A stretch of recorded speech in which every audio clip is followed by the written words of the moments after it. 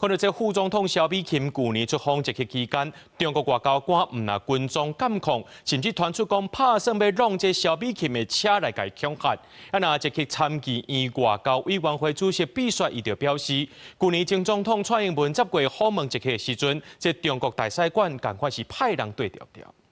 For more than half a century, Taiwan has faced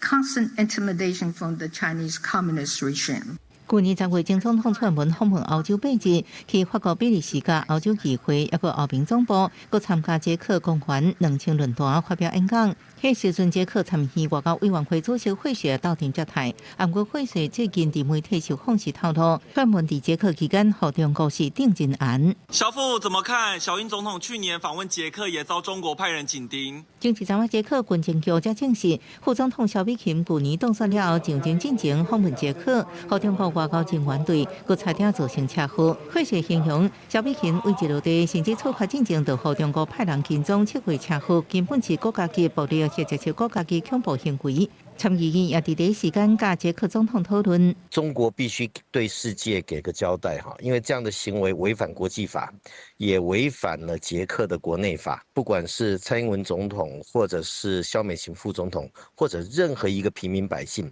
都不应该被这样跟监骚扰。那我们未来也可能要特别注意到，我们国家重要的政治人物或者重要的人士出国访问的时候，中国是不是会再用类